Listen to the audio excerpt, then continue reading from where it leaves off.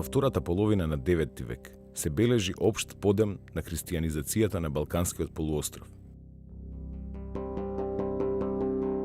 Вештата византиска политика се обидувала преку распространување на христијанските мисионери да го наметне и прошири своето влијание меѓу мнозинското словенско население. Највидна улога во ширење и проповедање на христијанството на словенски јазик имале солунските браќа Свети Константин Кирил и Свети Методи. Последиците од нивната мисионерска работа биле исклучителни и универзални, и токму затоа денеска се чествуваат како се словенски учители и просветители. Делувањето на нивните двајца ученици и наследници, Свети Климент и Свети Наум, имало условно помалку универзален карактер, бидејќи главно било поврзано со Девол, Охрид и околните македонски простори.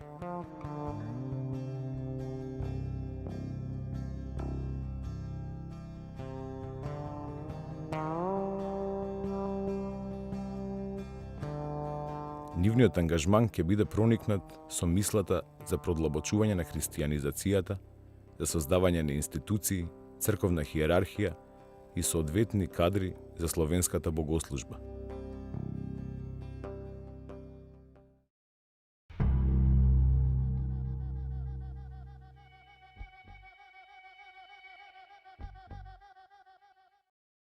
Негови соученици, Наум и Ангеларий, и по напорно патување преку Белград дошле ке бугарскиот цар Борис во Плиска. Биле примени од Борис со голема почит и благонаклоност.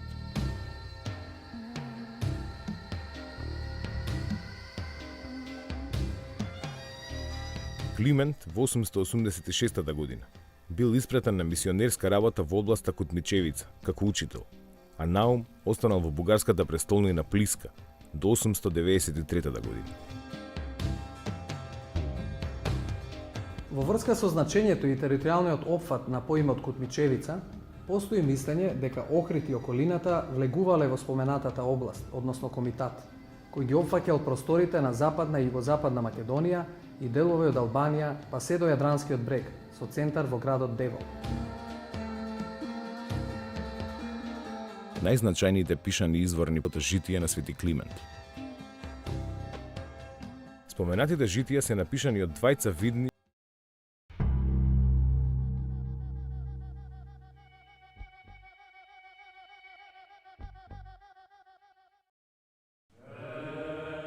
Според податоците од житијата, се констатира дека најпродуктивниот дел од животот Климент го поминал во Охридско-деволските предели, ширејќи го христијанството и писменоста на словенски јазик. Притоа познати се две етапи од неговото делување. Климент учител од 886 до 893 година и Климент епископ од 893 до 916 година. Според пространото житие, во областа Кутмичевица, Борис му подарил на Климент 3 раскошни куќи во Девол, кои претходно припаѓале на представници од некој комитски род и места за одмор околу Охрид и Главиница. Тоа представува прво споменување на градот Охрид во пространото житие. Споменувањето може да се разбере како своевидно навестување за значењето што го имал овој град во неговото делување.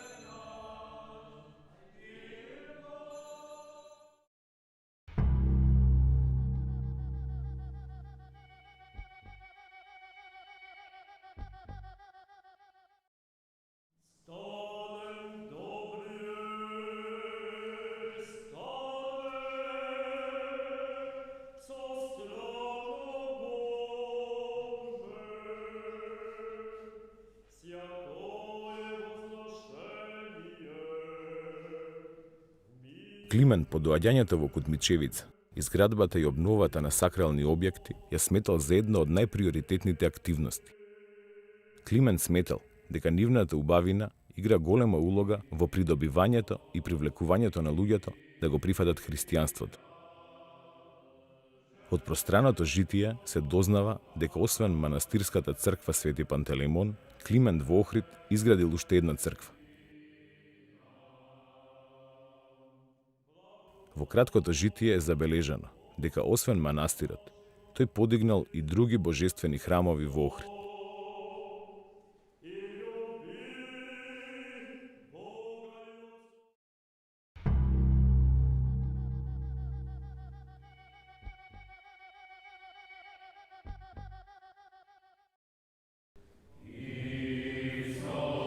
Подигнувањето на манастирската црква Свети Пантелеймон веројатно се случило уште во текот на првите 2-3 години од неговото пристигнување во Охрид и во областа Котмичевица.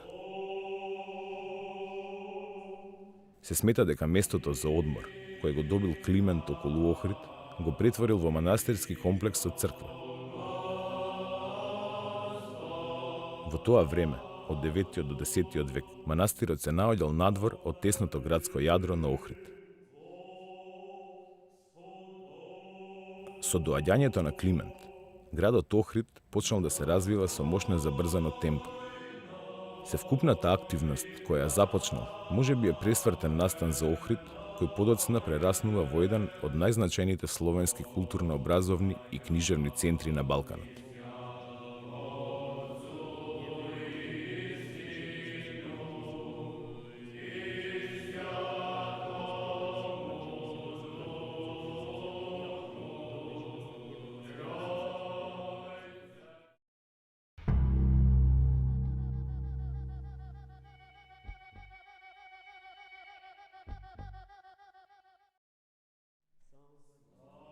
Пишаните податоци од пространото житие и присутните народни верувања дека на Плаошник, Имарет, се наоѓала Климентовата црква, го поттикнале археологот Димче Коцо на тој простор да ја бара споменатата сакрална градба.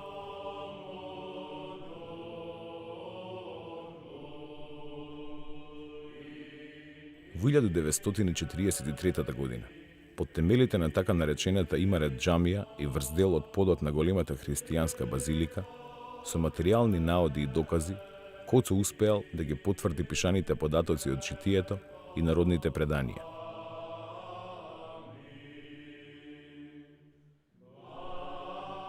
Во врска со првобитната црковна градба, утврдено е дека Климент всушност темелно обновил некоја постара запуштена и полуразурната црква која имала форма на триконхос, тролист. Кон основното јадро тој изградил притвор, а потоа веројатно и други градби кон запад, север и југ.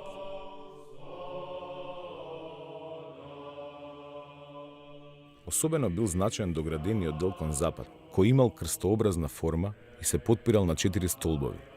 Така стариот триконхос добил литургиска функција на олтар.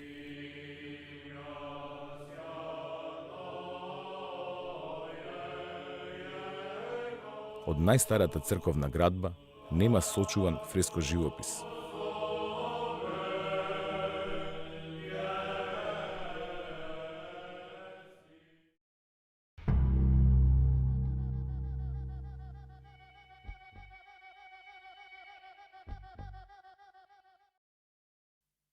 Слава Тебе показавшему на свет. Слава вишни Бог. За природата и содржината на активноста на Климент во Котмичевица постојат неколку директни известувања во двете Климентови житија. Во пространото житие посебно се опишува делувањето на Климент во Котмичевица за време на 7-годишниот период, додека делувал како учител. Прво се потенцира општиот сегмент на проповедање и ширење на христијанското учење на разбирлив словенски јазик. Потоа доста детално се открива содржината на неговата просветителска работа.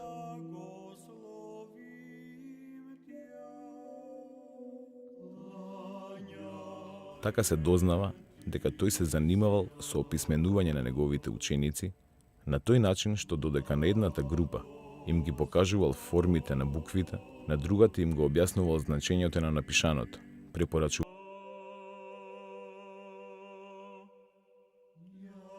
Значаен дел од житието е посветен на неговото книжевно творештво. Поради тешкотиите со кои се соочувале словенските свештеници и неговите ученици при користењето на грчките книги за богослужба, Климент се зафатил со интензивна преведувачка и творечка дејност, од што произлегле голем број слова, химни, псалми, песни и други дела со религиозна содржина. Благословен си, Господи.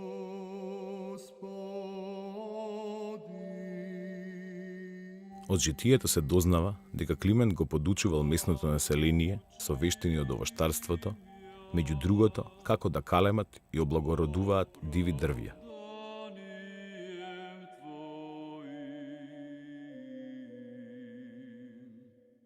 Се споменува и дека како учител Климент поставувал четци, подјакони, ѓакони и свештеници. На тој начин бил создаван црковен кадар кој требало да продолжи и унапреди Климентовата благородна дејност.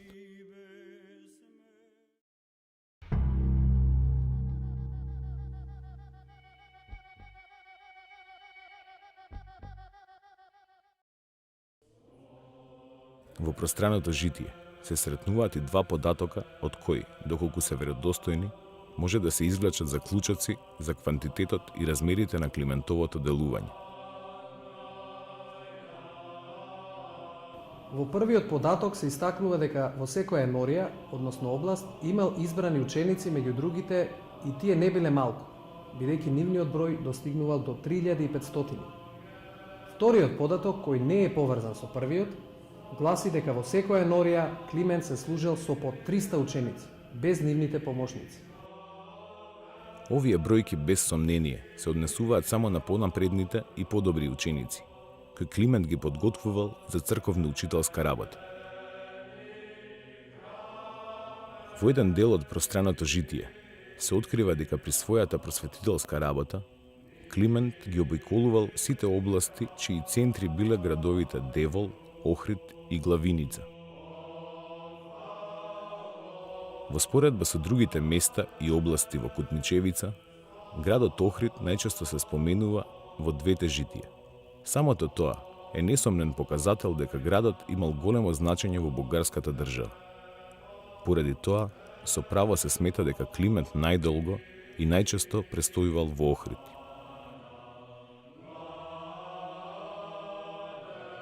Но треба да се истакне дека и пред и по доаѓањето на Климент, значењето на Охрид во никој случај не било поголемо од градот Девол.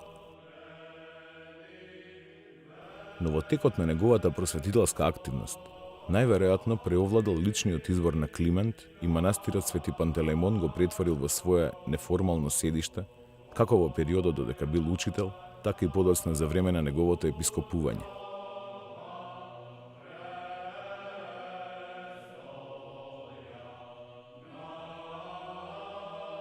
За тоа сведочи и Хоматијан во краткото житие. Климент покрај Главиница најчесто престојувал во градот Охрид, а манастирот Свети Пантелеймон му било омилено место, че убавина ја посакувал и за која тагувал кога престојувал на некое друго место. Веројатно влијание за таквиот избор имале исклучителната местоположба и длабоките христијански традиции со кои се одликувал градот Охрид. Впрочем, во внатрешноста на манастирот, сам си го подготвил својот гроб, каде по смртта бил и погребан.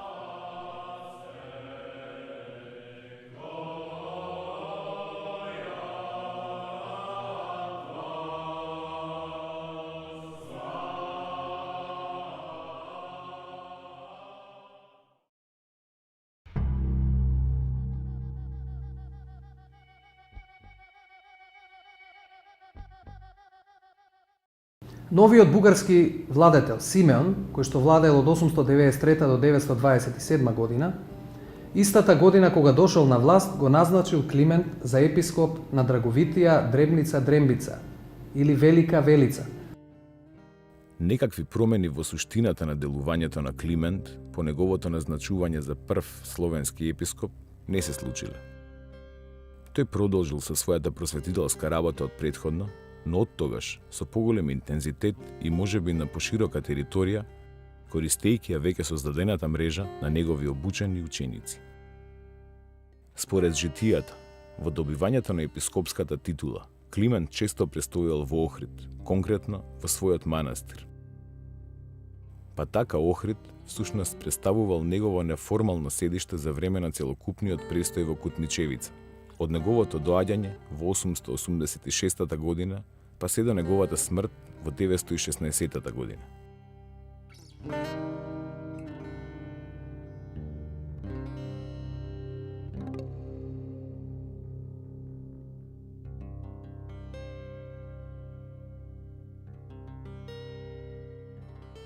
Изградувајќи книжевна норма и создавајќи оригинална проповедничка и хагиографска литература, Климент ги поставил темелите на Охридската книжевна школа.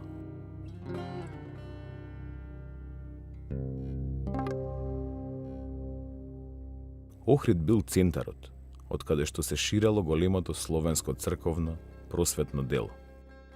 Климентовиот манастир на Плаошник се претворил во своевиден расадник, од каде и по неговата смрт бил оспособуван броен словенски свештенички кадар, кој требало да го продолжи големото дело на Свети Климент.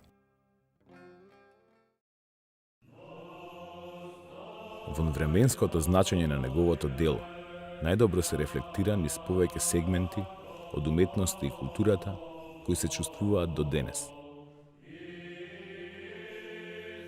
За тоа сведочат неговото рано канонизирање за светец уште во текот на 10 век, раната и честа појава на неговото представување во фреско живописот и иконописот во средновековните цркви во Охрид и пошироко.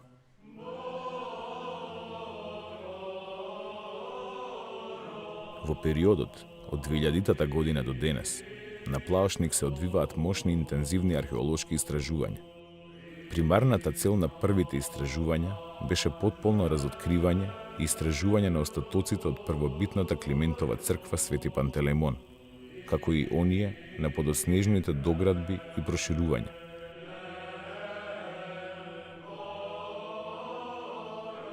Откако тоа било сторено, се пристапило кон целосна конзервација, реставрација и реконструкција на црквата, но во нејзиниот предпоставен изглед од 13 и 14 век. Беше обрнато особено внимание на оригиналните стари ѕидови од 9 век, кои се обележани со оловна лента. Во август 2002 година беа завршени градежните работи за возобновување на Климентовата црква посветена на исцелителот и чудотворец Свети Пантелеймон. Тогаш се случи осветувањето на прекрасниот нов објект. Црквата блесна со целиот нејзин сјај. Во таа прилика, на свечен начин, во сочуваната Климентова гробница, беа вратени дел од светите мошти на Климент, кои неколку векови биле чувани во Охридската црква Света Богородица при Влепта. Во втората фаза од археолошките истражувања, од 2006 година до денес, предвидено е возобновување на Свети Климентовиот универзитет во Охрид. Во тек е темелно и сеопфатно истражување на околниот простор на црквата, односно на поширокиот простор на Плаошник. По завршувањето на тој дел од работите, предвидена е изградба на неколку придружни објекти околу црквата, кои на автентичен начин би наликувале на еден средновековен манастирски комплекс. Замислено е во духовна и символична смисла да воскресне првиот словенски универзитет втемелен од Климент и да представува главна научна, образовна, културна и туристичка атракција во Охрид.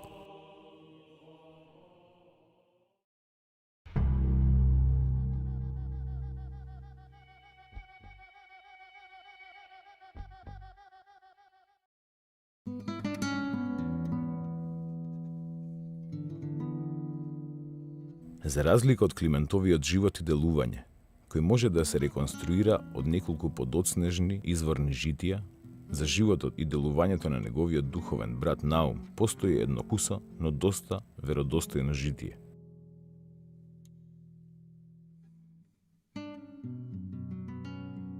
Познато како прво или постаро словенско житие на Свети Наум, датира од првата половина на 10 век и е напишано од анонимен ученик и современик на Климент и Наум по наговор на деволскиот епископ Марко.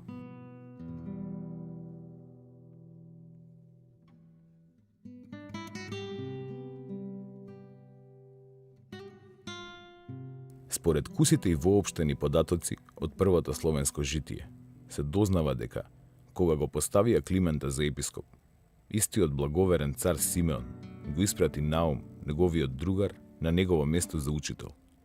И тој беше таму, чинејќи богоугодни подвизи. Беше девствен од детинство до смрт и се изгради манастир на излезот од Белото езеро, црква на светите архангели. И откако помина во учителствување 7 години, се прости од учителството, па отиде в манастир и поживеа 10 години.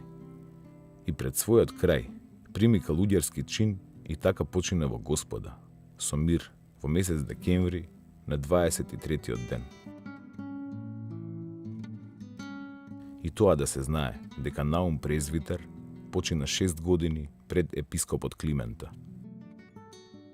Во првото словенско житие отсуствуваат години, но тие може да се предпостават, бидејќи постојат хронолошки показатели, кои е неопходно да се искомбинираат со податоци од други житија.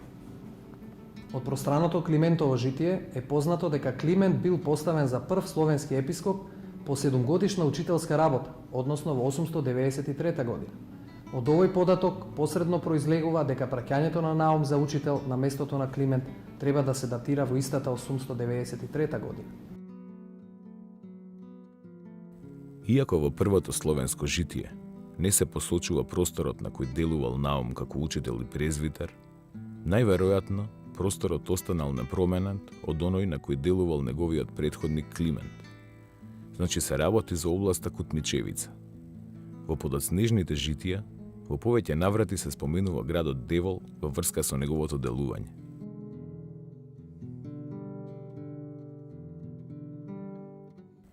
Во второто словенско житие се истакнува дека Наум потекнувал од благородни родители од Мизија. По терминот Мизи, во византискиот период, покрај друго балканско население се идентификували и македонските словени. Затоа се смета дека Наум всушност потекнувал од Македонија. Во првото словенско житие, сосема куса се истакнува дека Наум изградил манастир на излезот од Белото езеро, односно црква посветена на светите архангели. Во второто словенско житие се даваат дополнителни податоци. Местото каде бил подигнат манастирот е наречен Меѓуречие и влегувал во Деволскиот ливан, односно љубаништо Деволско. Преовладува мислењето дека манастирот Свети Наум, јужното и дел од источното крајбрежје на Охридското езеро биле дел од Деволската, а не од Охридската област, и тоа не само во текот на 9-тиот и 10-тиот век, но и во следните векови.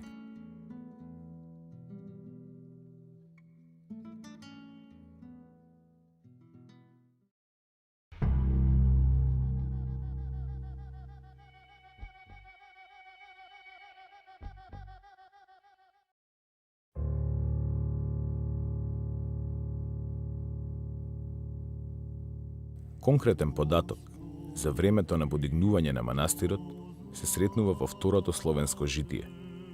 Според тој податок, Наум го подигнал манастирот во 905 година. Но според кусите податоци од првото словенско житие, црквата можела да е втемелена додека Наум бил презвитер и учител по 893 година и пред 900 година, како место за богослужба и книжевна дејност на словенски јазик. Со археолошките истражувања, превземени од археологот Димче Коцо, откриени се темелите на најстариот храм на светите архангели во форма на триконхост, тролист. Климентовата црква Свети Пантелеймон со своите архитектонски елементи представувала прототип за подоцнежната изградба на Наумовата црква на архангелите.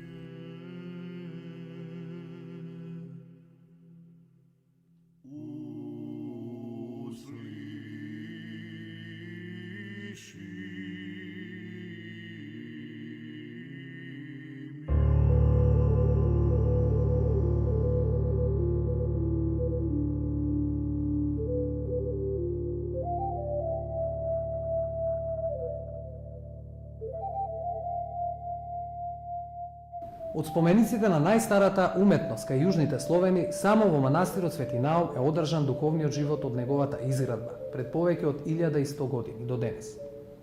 Манастирот се претвори во едно од неколкуте најстари огништа на писменоста во словенскиот свет.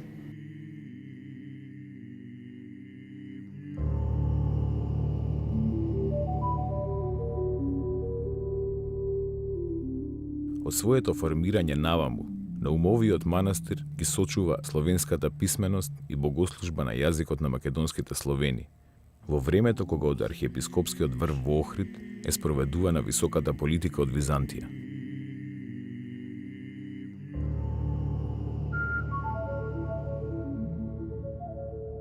Иако во житието директно не се открива годината на смртта на Наум, утврдено е дека се работи за 910 година. За тоа постои двојна потврда.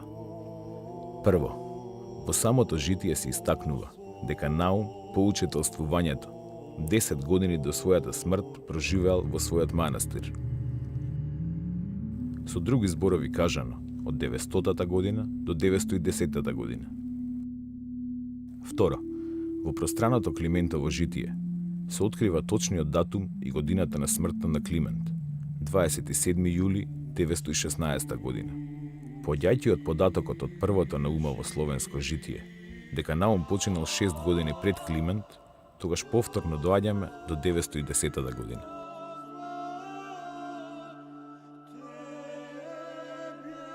Додека Климент, со неговиот огромен придонес за развој на градот Охрид, сосема оправдано го носи епитетот Охридски, за Наум не постојат толку силни историски аргументи.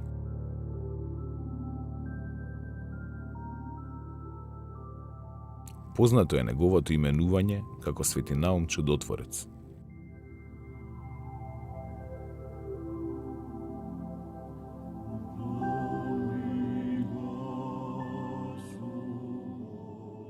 Постојат одредени специфики во појавата и развојот на култот за Свети Наум. За разлика од Климент, тој бил подоцна канонизиран за светител.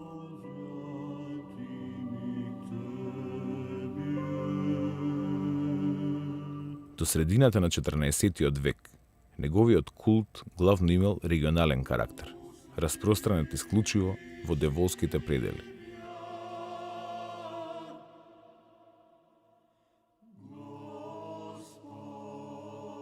Дури потоа, неговиот култ бил прифатен од населението на Охрид и од институциите на Охридската архиепископија.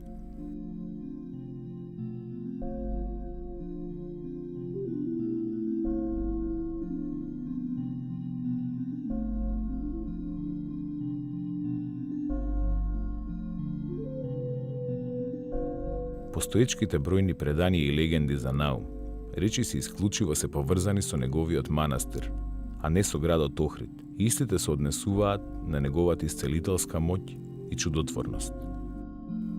Како особено значаен се смета неговиот придонес во појавата и развојот на монаштвото во Македонија.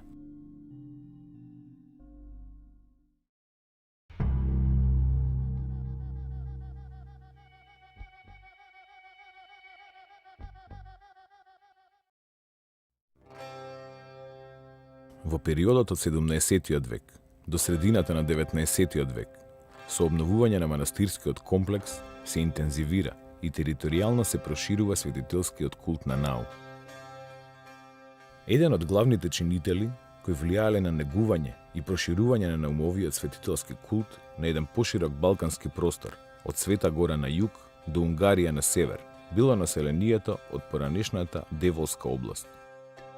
Особено жителите на градските центри Москополе и Горица, Корча. На гробот на Свети Наум, повеќе од еден милениум се собираат поклоници на неговите мошти.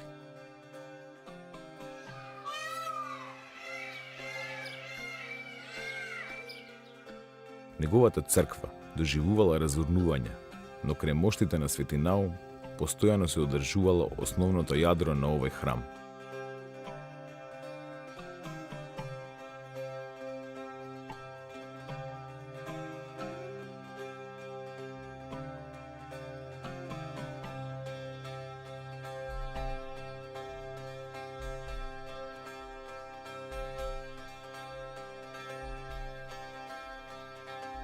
Дури и во времето на османлиската доминација, во исцелителната моќ на светецот верували и муслиманите, кои заедно со луѓето од православната заедница упатувале молитви за помош на своето постоење.